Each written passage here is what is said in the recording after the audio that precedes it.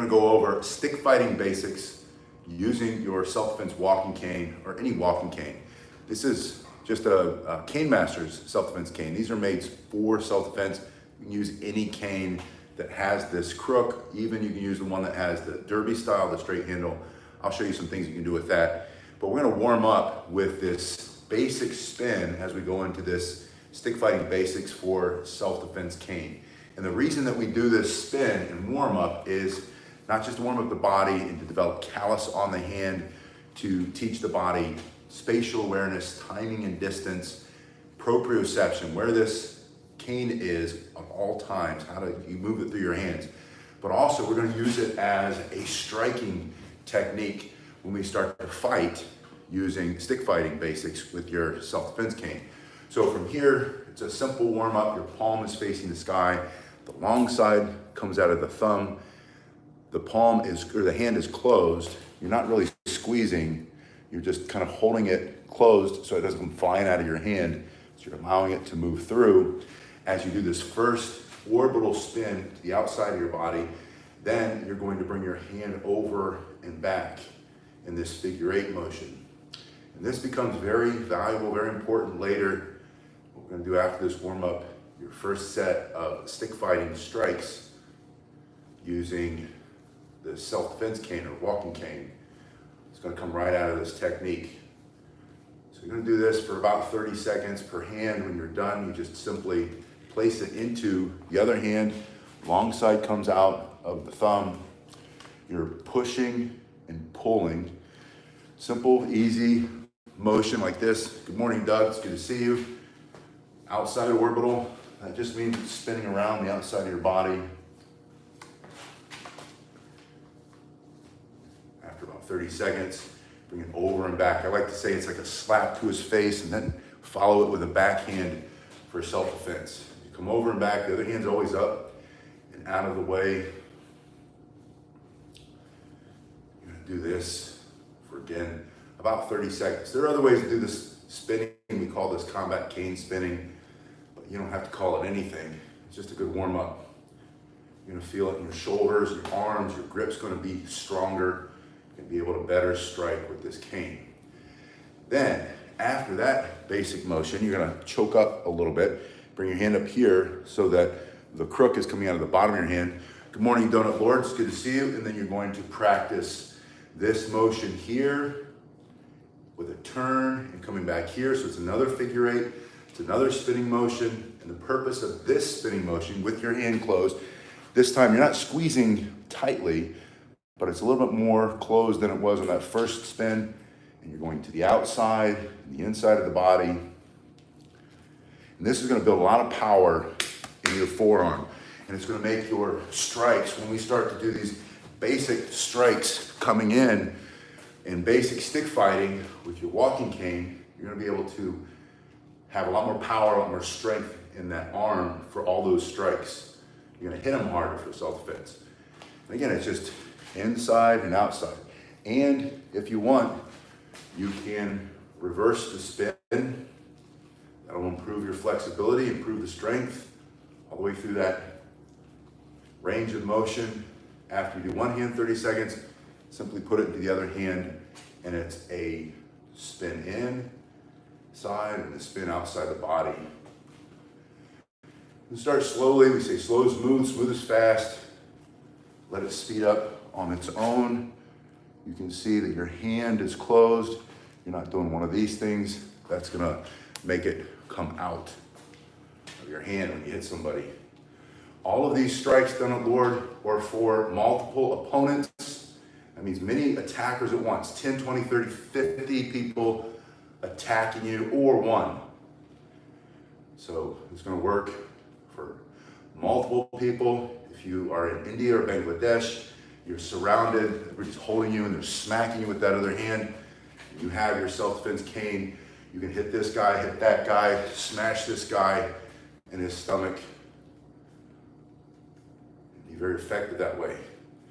After you go one direction, just simply reverse it. Not really being facetious, you can defend yourself like that if you have to. Or it can just be some thug, some punk in the street, and you're walking with your cane in your hand, your other hand would come up. You're going to bend your knees to slide your hand down the cane, and you're going to put the cane between you and the thread. From here, you can thrust, pull it into your shoulder, and this first set of stick fighting basics are simple strikes. So we have an angle coming off the shoulder, followed by the other shoulder. Think of making an X in the middle of the body. So from here, bend the knees, slide your hand down, or you can lift it up and let it slide from this position, slide down the hand. That's one of the good benefits of the spins, is that's going to put callus on your hand. It's also going to teach you where the cane is in space and time, so you can lift it up, get it in the right spot for self-defense. So you have a thrusting motion. When you practice thrusting by turning through your shoulders and hips to increase the length of the strike and the power and the speed, coming in from your shoulder, never from out here. You swing really widely. When he closes that distance, your arm's gonna wrap around his back. You're not gonna hit him. Always come off the shoulder, coming through. Think of striking his temple, coming out the jaw or into his neck or into his ribs, into the hand. Maybe he's approaching you with one of these. He's coming to stab or slash, or he has another tool, another weapon in his hand. You might be striking that hand, striking to the other side, coming through horizontally with your palm facing the sky, and then turning, palm facing the ground, pulling it out the other way. So we have from this position, bend, pick it up, thrust, angle 1, angle 2. You can also turn the palm, bring it up here, and bring it up here. This is very common in stick fighting, especially Filipino martial arts style, Indonesian martial arts style, Kali, Eskrima, Arnis, Salat.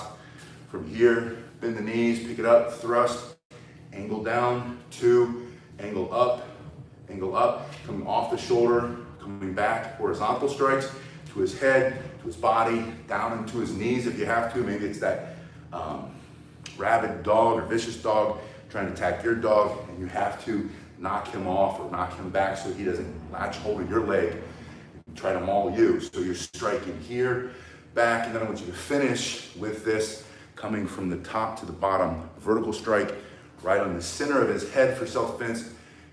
In Tim Larkin's book, When Violence is the Answer, he talks about targeting. What will you remove or destroy? Asking yourself a question. Using violence as the principle to stop violence. Using your self-defense cane. Using this basic stick fighting techniques. So what you're going to remove or destroy is ability to be awake. Good morning, Philly Fathead. Good to see you. Maybe you crank him there, knock him out. You don't have to worry about his knife anymore. From here, put it in the other hand, bend the knees. Think of this first one as a thrusting motion. Again, turning through the shoulders and hips. Angle down, 2, 1 on each side. Coming up from the hip, always fighting from behind your stick. So not wide, but narrow, tight strikes coming through horizontally, and then straight down the middle. You see that I kind of reversed it from that other side. You can do it any way you want, as long as you're practicing the basic strikes, basic stick fighting using your self-defense walking cane. First set of techniques, starting with a thrust, coming down, coming up, coming across horizontally, and then vertically, and then switch to the other hand. You're gonna do that for a good, 30 seconds, 2 minutes on each side. Lord says if he misses the knife, he's gonna get cut. Yes, you're gonna get cut, stabbed, slashed, sliced, maybe die. So don't miss the knife, or go for his head and knock him unconscious. Turn off his operating system that's operating that knife, the hand that's got the knife in it. That's an option. You're probably gonna get cut. You shouldn't be fighting people with knives. It should be life or death. If you don't have a choice, you're gonna stand there and he's coming at you with the knife. You're gonna become a pincushion, or maybe he's gonna carve you like a Christmas ham or a Christmas turkey, and you just stand there, or you can fight back. The point is, do something. You're gonna get sliced anyway. It's like when I teach people self-defense, especially when it comes to like bully self-defense and kids who are afraid of getting beat up. You're gonna get hit. You might as well hit him back. Maybe you'll slow him down. Maybe you'll knock him out. Maybe you'll make him not wanna fight because he sees you're gonna fight back. But do something. So you have a choice. And yes, if you miss the knife, he's gonna hit you with it. and you're probably gonna die or get sliced or stabbed or whatever. So try not to miss it or go for his head. This kind of cane has this palm rest on it. I want to show you this a little bit because this becomes a striking surface. If you've ever thought about getting a palm rest on your self-defense cane, maybe it's a Cane Masters cane. These are Cane Masters canes. If you check the first link in the description, you'll see all about the Cane Masters canes. If you need a cane to walk with for mobility, so if you were to pull your cane off the ground and hit somebody with it for self-defense, you'd fall to the ground and they'd stomp your head in. You might want to use one cane to lean on and the other cane to practice your strikes coming through. And lean on the other cane. If you can, slide down, practice the strikes. This cane's way heavier, it's longer, coming through. It's always good to practice with variety. But if you need a cane to lean on, to walk with, and you can, and again, and you're gonna say, somebody's gonna say, but hey T, it's good to see you. T says, nice canes, thank you T, these are beautiful Cane Masters canes. The link is in the description. Someone's gonna say in the comments, and they're gonna be right.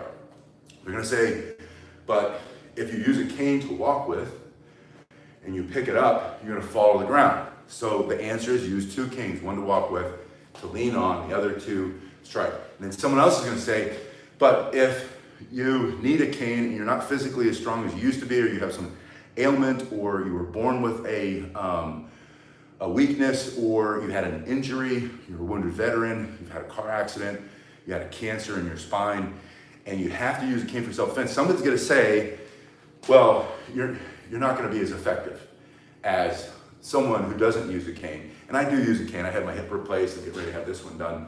I do use it from time to time. But if the argument was, you don't need it, so why would you use it? And if you need it for self-defense, if you're weak, if you're not as strong, I go back to my earlier point. They're gonna hit you anyway. You might as well try to fight them off with your cane, if that's for you. If it's not for you, this is probably not the video for you. But I did want to make that point. The answer is yes, you're right. You're not as strong, or the person isn't as strong. If you're imagining that somebody can't use their cane and you're gonna make that decision for them, which is none of your business, by the way. But if you say that's this person over here, they're weak, they can't use it, they're gonna get in a fight anyway, someone's gonna try to hurt them anyway. If that's the reality, they might as well fight back. That's my opinion. I could be wrong, but that's how I feel about it. If it were me, I'd wanna fight back. So I lean into one, slide the hand down, everything else is the same. You can be in a wheelchair. You can be in a wheelchair and do the same spinning techniques. And we're gonna talk about spinning as a self-defense move here in a minute. You can be in a wheelchair, we're sitting at the bus stop, we're sitting on a train, and do the same strikes that we just practiced for self-defense. Hey Chief Carlton, good morning, it's good to see you. So we'll put this one away.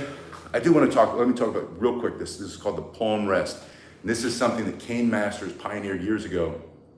Palm rest, Cane Masters likes to use the cane, they like to teach with the crook facing behind you. Ergonomically, it's a better position. You're stronger here because it becomes an extension, or I'm sorry, crook facing out. I had that backward. The long side becomes an extension coming off the arm.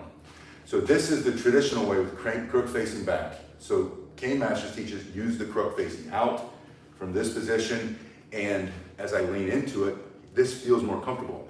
They added this palm rest to take some of that pressure off your wrist so it doesn't hurt. Yeah, Philly Fathead says, fight back at all costs, go out swinging. They're gonna come after you if you don't have a choice, and it's either stand there and get the snot kicked out of you or fight back and try to save your life, the life of your child, the life of your grandchild, the life of your significant other, the life of an innocent person, bystander, then yeah, go out swinging, thank you. So the palm rest alleviates the pressure on the wrist when you hold it this way. Hey Tony, Tony says thanks for the self-defense tips. Thank you for being here, Tony, I appreciate that. So this becomes very effective in relieving the pressure on your wrist, makes you stronger, and this is whether you use it for self-defense or not. Try it. If you use a cane, turn it around, see if that doesn't feel better. But the other thing is, there are lots of techniques that you can do with the crook facing out. We're gonna go over those in just a second. But I wanted to show you that this part here becomes extra striking surface. shoving that into him. You can turn it around. This can, yeah, William says you should give the Cane Master a try. Cane Masters makes the best canes, in my opinion, in my experience. It's not just opinion. I've started to say my experience because I'm getting older and I'm thinking, well, my opinion is based on my experience. So and that doesn't mean I'm right. It's just my experience. So in my experience, these palm rests are nasty additions to the Cane Master cane. Nasty and great at the same time because they do alleviate, they make it easier to use your cane, but they also give you more striking surface. And you turn this around, all of a sudden, it's almost like a tomahawk or a hatchet for self-defense. And that is also very effective. Put that one away. We're gonna go back to this one. I showed you those basic strikes, almost like a short sword or like a collie stick and a screaming stick and an knee stick. I'm gonna show you now, gonna turn the crook facing out like we just talked about. And I'm gonna show you those spins because we warmed up with the long side here. We did this spin coming over and back, and then we did the other spin with your hand up a little bit. So we're gonna go back to that first spin, crook facing him. The guy's coming in, you put your hand up, and again, this works one hand, two hands, works from a chair, works from a seated position. Your hand is up, and you tell him, you give him a verbal command, get out of my face, back up, I will defend myself. This elbow can very quickly smash into his face. Now that's true if you have a cane in your hand or not. Think of putting your helmet on, especially if he's coming at you with that blade and he's slashing, let him slash the back of that and not the inside where all the bad stuff is. If it got slashed, all the good stuff that keeps you alive becomes bad stuff when he's got a knife coming at it. So turn this around, drive that into his face, try to interrupt his pattern, smash his nose, smash his teeth down his throat, go for his throat, finish him if he's coming at you with a knife for self-defense. Your other elbow can come in, breaking his jaw, knocking him out. Or if you have your cane in your hand, you can bring this straight up. Just like you're reaching your hand up, shake his hand.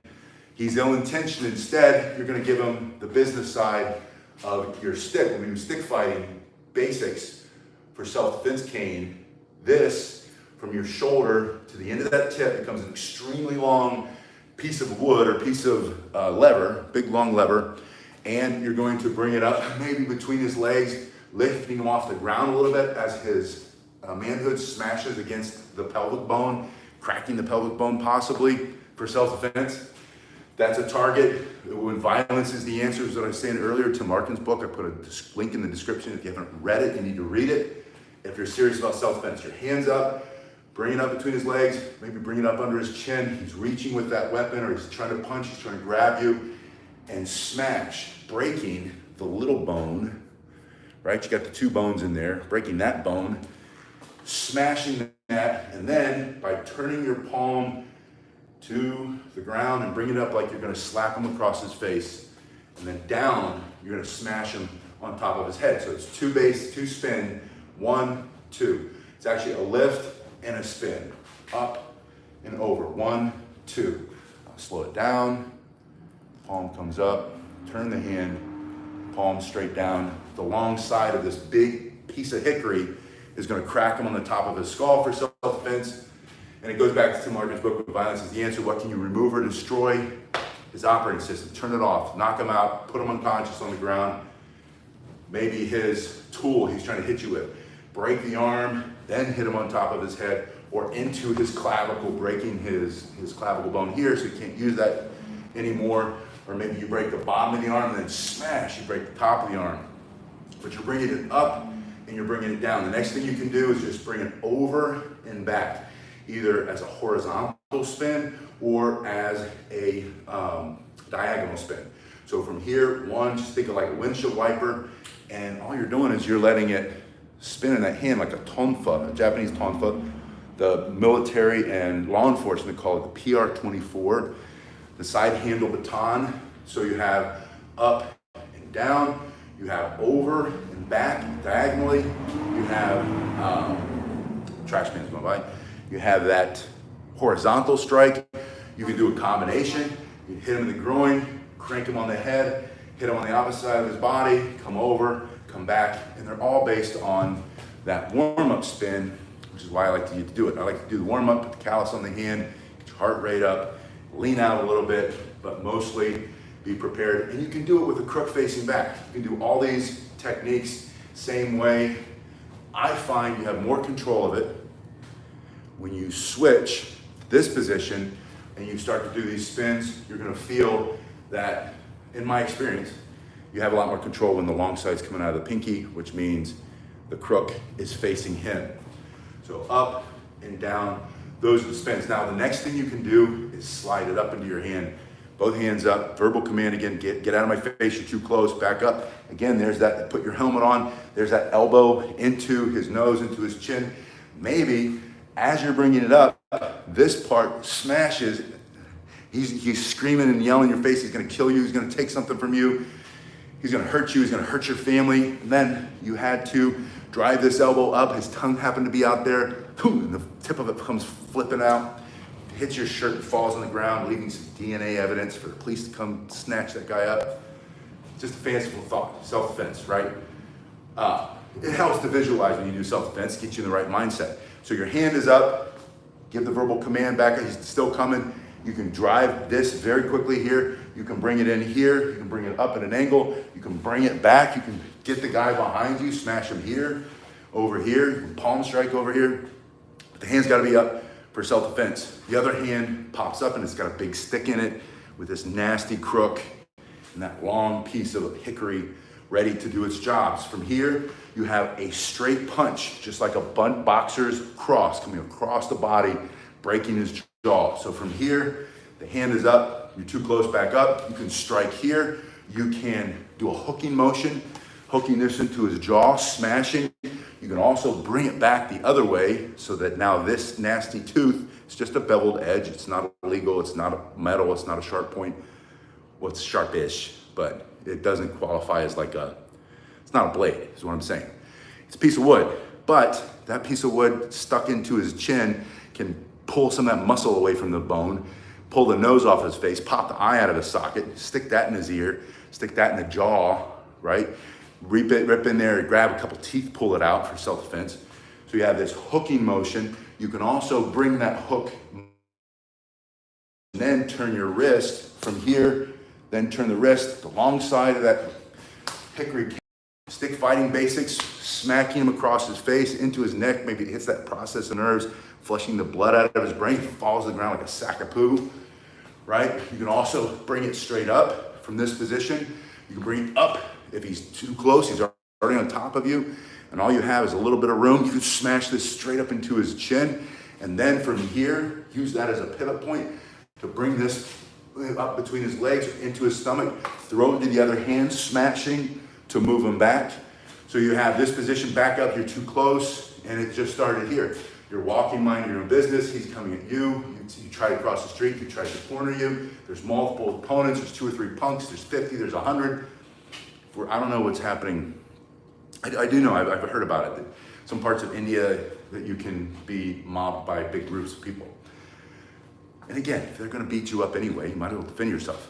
Slide it up, smashing, hooking, uppercut, twisting, turning that, hitting with the long side coming up this way, also at an angle, if that's all you have. Throwing it to the other hand, now you have it, using it almost like a spear with 2 hands or a staff, smashing through and chopping with that back side. Now you have this big fist, all that wood smashing against his face, or that beveled edge ripping in and pulling. Smash, rip, right? Pulling everything off there. It can be the top of his rib cage, it can be back there into his rhomboids, back behind his neck, pulling and ripping, and then shoving with 2 hands. Now you have 2 hands, you can bash him, pushing him back with this part, you can box his ears, you can take out his knees, you can bring it into his solar plexus, you can bring it up this way, swinging with 2 arms, lifting him up off the ground. 2 hands are always better than 1. If he were to grab this, you would twist and push, ripping it right out of his hand. Yeah, Pierre says he prefers the short stick videos because they're so useful, they're so versatile, but appreciates the self-defense tips. Thank you, Pierre, I appreciate that. All right, so I'm in this position, I slide it up. We have all of the basic boxer, straight punch, hook punch, uppercut. We have the twisting the wrist, hitting him and twisting at the same time, or coming up this way We have throwing it to this hand, smashing, chopping, shoving, boxing his ears, using almost like a fireman's axe, using that end to rip and smash, using it almost like a rifle butt attack now, smashing the other way, hitting the guy behind you, smashing this guy, hitting this guy, multiple opponents, fighting with your basic stick fighting techniques, using your self-defense cane or your walking cane for self-defense. Now, I'm going to turn it back around into this position, and I'm going to slide my hand down, but instead of picking it up, I'm going to point my thumb at the threat. So this is more stick fighting. I'm going to change the stick to a different color just so you can see basically what I'm doing. So from here, the other one just blends in with my shirt. I slide it down, I point the thumb. By pointing the thumb at the opponent, at the bad guy, the guy who's trying to take something from you, your life, your freedom, your dignity, that's why this is self-defense, that allows me to throw it into the front hand.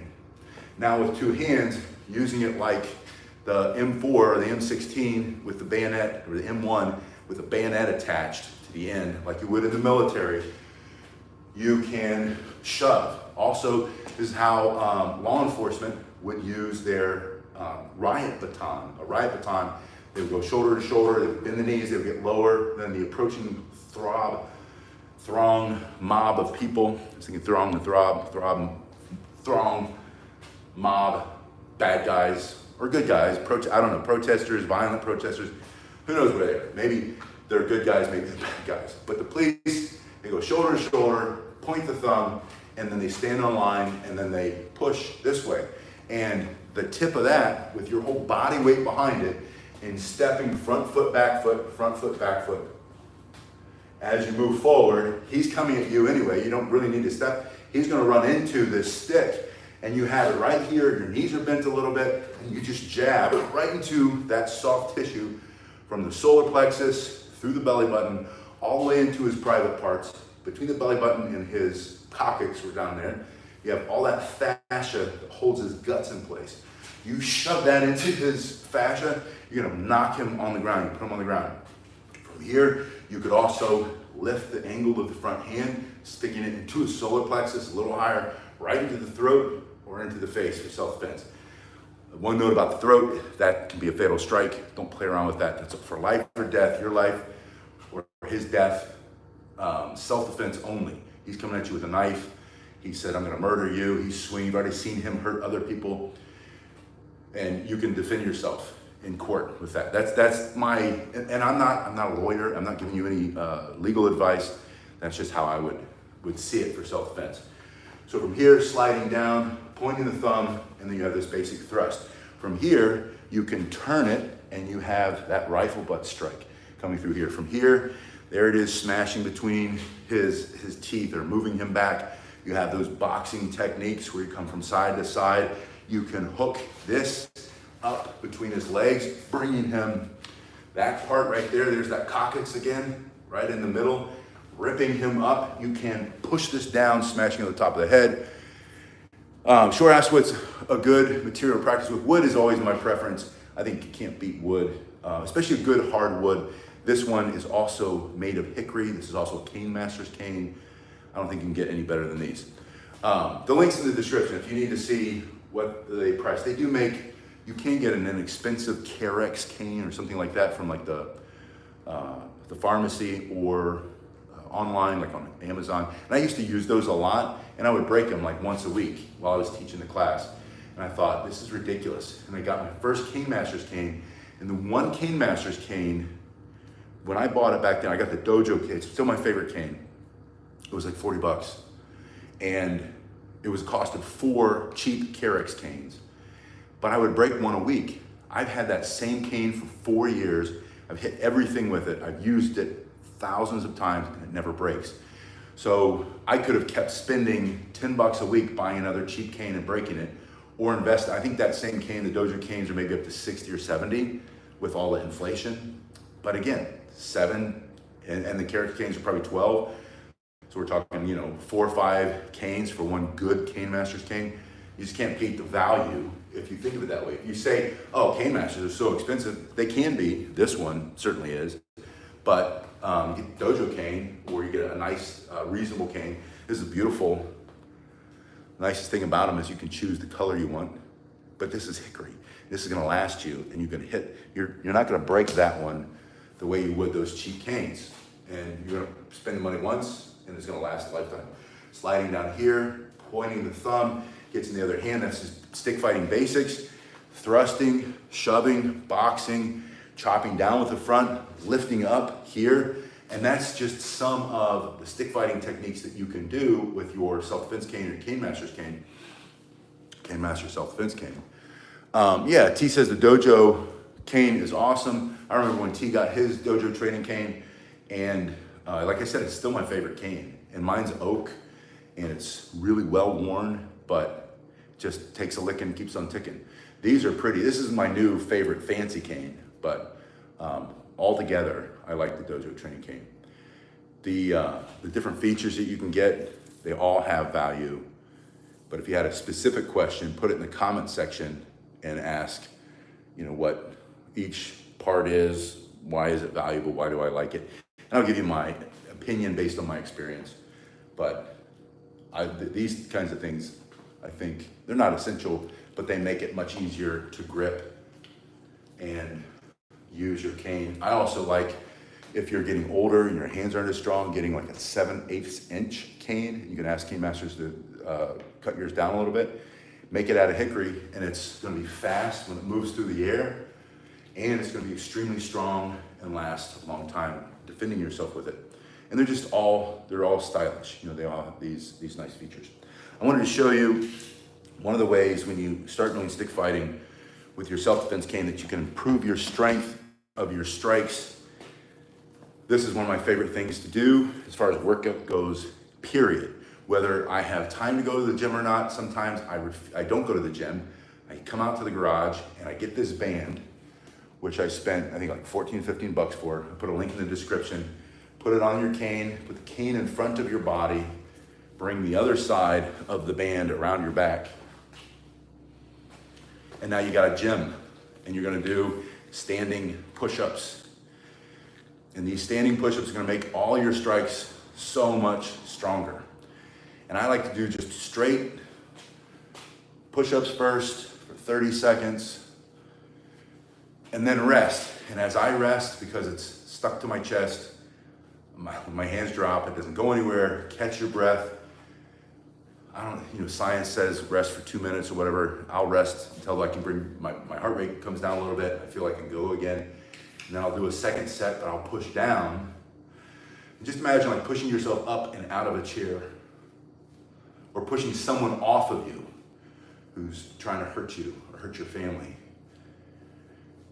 And what this does is it activates the lower part of your chest, so that through the full range of motion of all these strikes, you have a lot of power. Do that for 30 seconds and rest. And I'm not giving myself enough time to rest. So this is really starting to burn. And it's not just your chest that's getting stronger. It's the backs of those arms, those triceps, that are getting powerful, and the biceps a little bit. And then from here, the third set, I'm gonna go up at an angle. And just like that last set trained the bottom of my chest, this is gonna train the top of your chest. As long as you keep that nice angle up and away. And I've had this band now for, 15 years. It's probably got 20, 30,000 repetitions in it, and it hasn't broken. And when these things do break, they go, they don't come flying around like a big rubber band smacking you. That's been my experience. I've probably broken about 6 or 7 now, and I've never had one come off and smack me. Thank you, T. T says good stuff, appreciate that. So that's the third one. Then, if you want to continue to work on your triceps, you can bring your hands in. Sharice27 says, such a good idea. Yeah, and in any free hit timer, I have a hit timer when I used to teach the boxing classes. I have a hit timer that I got for free. It's got ads in it or whatever, just from the App Store. And if hit is high intensity interval training, and you just set up like 30 seconds on, or start with 20 seconds, or start with 10 seconds. And then a full minute rest. Again, bring your heart rate all the way back down if you wanna burn the most fat, but also if you wanna build the most strength in your strikes. Let yourself come back to a good good amount of energy to do the next set. So from here, bring your hands to your forehead and then keeping them this high, pressing away. And that's really burning on me. That's firing up the triceps. And those are all chest, upper chest, shoulder, and tricep exercises with this inexpensive band and the stick that you already have. When you do stick fighting for self-defense, using your self-defense cane, throw it under your bum, the bottom of your butt.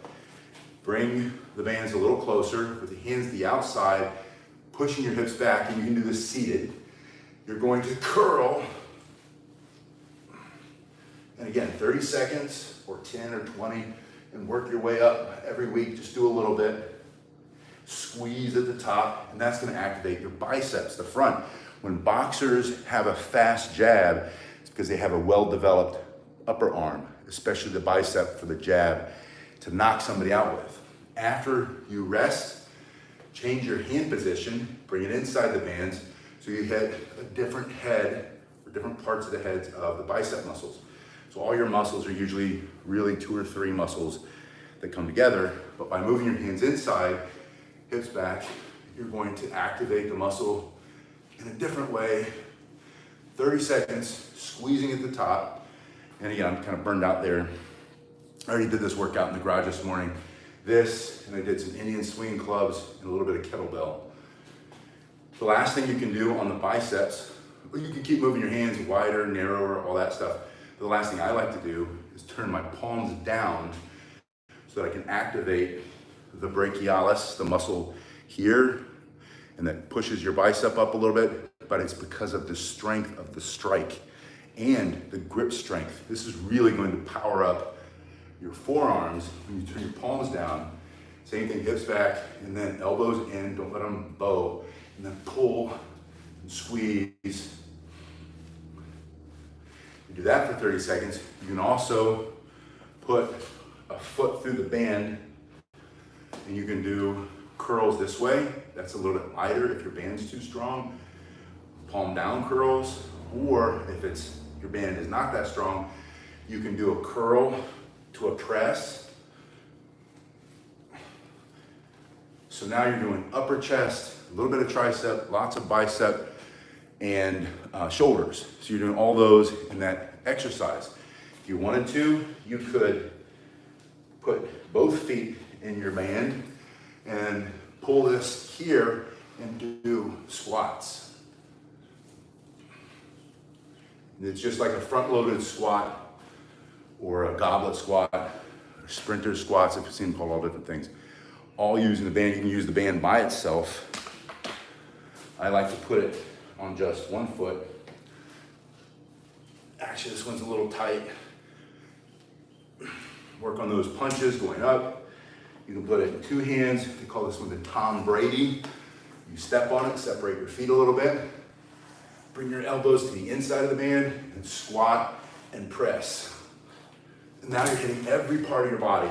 You could just do that one exercise, squat, press, the Tom Brady with this band 3 times a week with maybe 30 seconds rest, 30 seconds rest. Do 4 sets, and I guarantee you your overall strength and mobility will dramatically increase. Now, if you can't do it, then don't do it. Work yourself up to it. If you need to, almost dropped it. If you need to get back into mobility and you haven't done anything for a long time, use your cane, put it in front of you, and then practice assisted squats. Just going down and up, and use your arms to take some of the weight off the legs. Now your arms are going to work out your chest, your back, your belly, pull your belly up and in, and your legs. Legs, knees, thighs, hips, buttocks. Little by little, you're going to get stronger just by using the cane as an assisted device or assisting device. Rest for a few seconds. You can step it up. 2 weeks from now, you've done the legs, you're starting to feel stronger. Step into the lunge. Always holding in the opposite hand, right? And then switch and step in on the other side, 30 seconds per leg. Time goes on, 2 weeks later, continue to do your squats, do your front lunges. Now do a reverse lunge, stepping backward. And then as you get better, stepping to the side, to the middle, to the other side, starting to strengthen your feet. And then when you need to, and the guy's rushing at you, you can step out of the way, let him go by, smacking him with your cane for self-defense, because you regained your mobility and your agility by using your cane to go side to side first, and then maybe 2 steps, and then later stepping in at an angle, all using your cane for balance, and then stepping back at an angle. And what I'm doing with the angles is you just make a V on the floor or in your mind, and you step 1, 2, and then back to your starting point, and then 1, 2. And you're coming at an angle, so as he's punching you, you are able to let him go by you, shove him out of the way, or again, if you had to, use your cane for self-defense. And then later, stepping back at an angle for the same thing. Just reverse the V, you're going back, making him miss you, back up into a squared up position so that you have maximum power to hit him for self-defense. All those things that you can do as you are getting better at stick fighting basics with your self-defense cane or your walking cane for self-defense. In the comment section, if you're doing the exercise, this is where I'm really, like if you and I were working together and we were in the garage dojo, or when I opened the school back up, we were in the actual dojo, self-defense school, and we were gonna work together. Our warm-up would be stepping to the side and back. Because I want to see that you have lateral movement, and most of us don't. And as we get older, we lose it. And then you hear about people falling, breaking their hip, and then they die of pneumonia in the hospital. And it's because their little fluffy dog that weighs 6 pounds came running up as they were trying to walk into the living room, and because they didn't want to step and squish it, they trip, fall, break their hip because they haven't moved laterally for a long time. So we're going to bring that fitness back, that agility back. It doesn't have to be fast. It can be one step. But see, you're using your cane to allow you to do that. And if you train in that way, it doesn't matter how old you are, you can be turning 79 this week. My mom's turning 79 this week. And she practices with her cane. I've sent her more than one now. And I know she's practicing with it. And she loves boxing and she loves the basics. And she can maintain agility as her body ages and she's got more aches and pains and her knees don't feel good and her hips don't feel good. She can slow down the degradation a little bit. And so can you, so can I, by taking those small steps. So let me know in the comment section, are you doing the extra exercises or are you just doing the strikes? And if you are, I'm not, no judgment, I'm just curious. Well, let me know. Yeah, G. Carlton says he remembers doing the side straddle exercises in the Marine Corps. There's a reason we do it in the Marine Corps. When I was teaching, or I was attending a shooting course, and the instructor of the shooting course was Delta Force guy, Green Beret, CAG, the unit, for those of you who love that kind of stuff. And he was gonna do some hand-to-hand self-defense, and he knew I had a little bit of experience. I think he thought I had a little bit of experience. Of course, I had a lot of experience. And he said to me, just like in passing, he's like, because most of his class were Green Berets, like retired or currently serving or aspiring. And he said, you're gonna be shocked at how many of these guys can't throw a 1-2 and do a lateral move. And I said, actually, I'm not, because I've also taught this group before, not that particular group, that this demographic, military guys, unfortunately, Marine Corps, they teach you how to fight hand to hand, especially now with MCMAP, the hand-to-hand combat. But there's still even elite units where the guys aren't learning how to throw some punches and get out of the way. You know, they're all focused on the jiu-jitsu, which is great, but you have to have some striking skills too. And then as we get older, instead of just focusing on the jiu-jitsu, it's good to get down, up, down, that's important, but also learn how to move laterally, move at an angle, diagonally, and your overall health will continue to increase, or at least slow down the decline that we all face as we get older and older. You guys have been awesome. Thanks again for being here.